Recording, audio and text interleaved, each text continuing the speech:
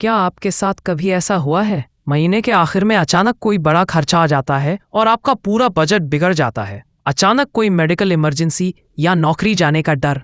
ये ऐसी परेशानियां हैं जो बिना बताए आती हैं। लेकिन क्या हो अगर आपके पास इन सभी मुसीबतों से लड़ने के लिए एक फाइनेंशियल सुपर हीरो हो? जी हाँ, आज हम बात करने वाले हैं आपके अपने फाइनेंशियल सुपर हीरो की, जिसे हम कहते हैं इमरजेंसी फंड।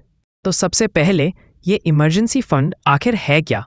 सिंपल भाषा में, इमरजेंसी फंड वो पैसा है जिसे आप सिर्फ और सिर्फ अनएक्सपेक्टेड आपातकालीन स्थितियों के लिए अलग रखते हैं। ये आपका फाइनेंशियल सेफ्टी नेट है, एक ऐसा कवच जो आपको मुश्किल समय में कर्ज लेने या अपने इन्वेस्टमेंट्स तोड़ने से बचाता है।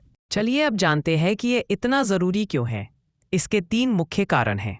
पहला, यह आपको कर्ज के जाल से बचाता है। जब इमरजेंसी आती है तो लोग अक्सर हाई इंटरेस्ट वाले क्रेडिट कार्ड या पर्सनल लोन का सहारा लेते हैं, जो उन्हें कर्ज के जाल में फंसा सकता है। इमरजेंसी फंड आपको इस जाल से बचाता है।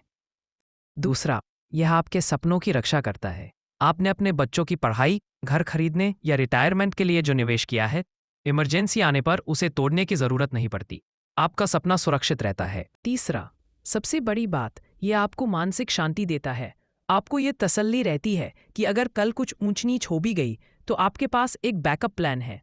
अब सबसे बड़ा सवाल, इस फंड में कितना पैसा होना चाहिए? फाइनेंशियल एक्सपर्ट्स का एक सीधा सा नियम है, आपके 3 से 6 महीने के ज़रूरी खर्चे। ध्यान दें, मैंने ज़रूरी खर्चे कहा, इसमें रेस्टोरेंट में खाना या शॉपिंग शामिल नहीं है। मान लीजिए रवि का महीने का ज़रूरी खर्चा है किराया, राशन, बिल्स, EMI, कुल 30,000, तो रवि का इमरजेंसी फंड होना चाहिए। वैल्यू 1,80,000। अगर आप एक सुरक्षित नौकरी में हैं तो 3 महीने का फंड भी ठीक है, लेकिन अगर आपकी इनकम फिक्स नहीं है या आप बिजनेस करते हैं तो 6 महीने का फंड रखना सबसे बेस्ट है। ये रकम सुनने में बड़ी लग सकती है, लेकिन घबराइए मत। इसे बनाने का एक सिंपल 4 स्टेप प्लान है। स्टेप 1, छोटी शुरुआत करें। आपको एक ही बार में सारा पैसा जमा नहीं करना है। हर महीने 1,000 रुपये, 2,000 रुपये या 5,000 रुपये, जितनी भी आपकी क्षमता हो उससे शुरुआत करें। ज़रूरी है शुरुआत करना। स्टेप 2, एक अलग अकाउंट खोलें। अपने इमरजेंसी फंड के लिए एक अलग सेविंग्स अकाउंट खोलें। इससे आप उस पैसे को गलती से खर्च नहीं करेंगे। स्टेप 3, ऑटोमेट करें। यह सबसे पावरफुल तरीका है। अपने बैंक में एक ऑटोमेटिक ट्रांसफ़र सेट करें जो हर महीने आपकी सैलरी आते ही एक तय रकम आपके इमरजेंसी फंड अकाउंट में डाल दे। इसे कहते हैं पे योरसेल्फ फर्स्ट। स्टेप 4, फालतू खर्चों में कटौती करें। अपने खर्चों को ट्रैक करें। देखिए कि आप कहाँ कटौती कर सकते हैं, जैसे बाहर खाना कम करना या बेवजह की शॉपिंग रोकना। उस बचे हुए पैसे को सीधे इमरजेंसी फंड में डालें। ठीक है, पैसा जमा हो रहा है, पर इसे रखें कहाँ? इसके लिए 2 बातें याद रखें, सुरक्षा और लिक्विडिटी। लिक्विडिटी का मतलब है कि ज़रूरत पड़ने पर पैसा आपको तुरंत मिल सके। अच्छे विकल्प, हाई यील्ड सेविंग्स अकाउंट, यह सबसे सुरक्षित और आसान तरीका है। आपको सामान्य सेविंग्स अकाउंट से थोड़ा बेहतर ब्याज भी मिलता है। 2, लिक्विड म्यूचुअल फंड्स।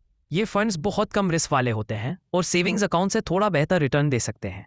आप 1-2 दिन में पैसा निकाल सकते हैं। 3, शॉर्ट टर्म फिक्स डिपॉजिट, छोटी अवधि की FD भी करवा सकते हैं, लेकिन ध्यान रहे कि उसे तोड़ने पर पेनल्टी लग सकती है। खराब विकल्प, स्टॉक मार्केट, बिल्कुल नहीं। मार्केट बहुत अस्थिर होता है। जब आपको पैसे की ज़रूरत हो सकता है मार्केट डाउन हो। रियल एस्टेट, ज़मीन या प्रॉपर्टी बेचना आसान नहीं है। ये लिक्विड नहीं है। घर पर कैश, यह सुरक्षित नहीं है और इस पर आपको कोई रिटर्न भी नहीं मिलता। तो दोस्तों, इमरजेंसी फंड बनाना कोई रॉकेट साइंस नहीं है। यह आपकी फाइनेंशियल प्लानिंग का सबसे पहला और सबसे ज़रूरी कदम है। ये आपको आज़ादी देता है, सुरक्षा देता है और मुश्किल समय में सिर उठाकर खड़े रहने की हिम्मत देता है। याद रखिए, सबसे ज़रूरी कदम है शुरुआत करना। आज ही अपना लक्ष्य तय करें और अपनी पहली बचत के साथ अपने फाइनेंशियल सुपर हीरो को बनाना शुरू करें। आपको ये वीडियो कैसा लगा, हमें कमेंट्स में ज़रूर बताएं। क्या आपने अपना इमरजेंसी फंड बनाना शुरू कर दिया है? अपने दोस्तों और परिवार के साथ ये ज़रूरी जानकारी शेयर करें ताकि वो भी अपनी फाइनेंशियल लाइफ को सुरक्षित कर सकें।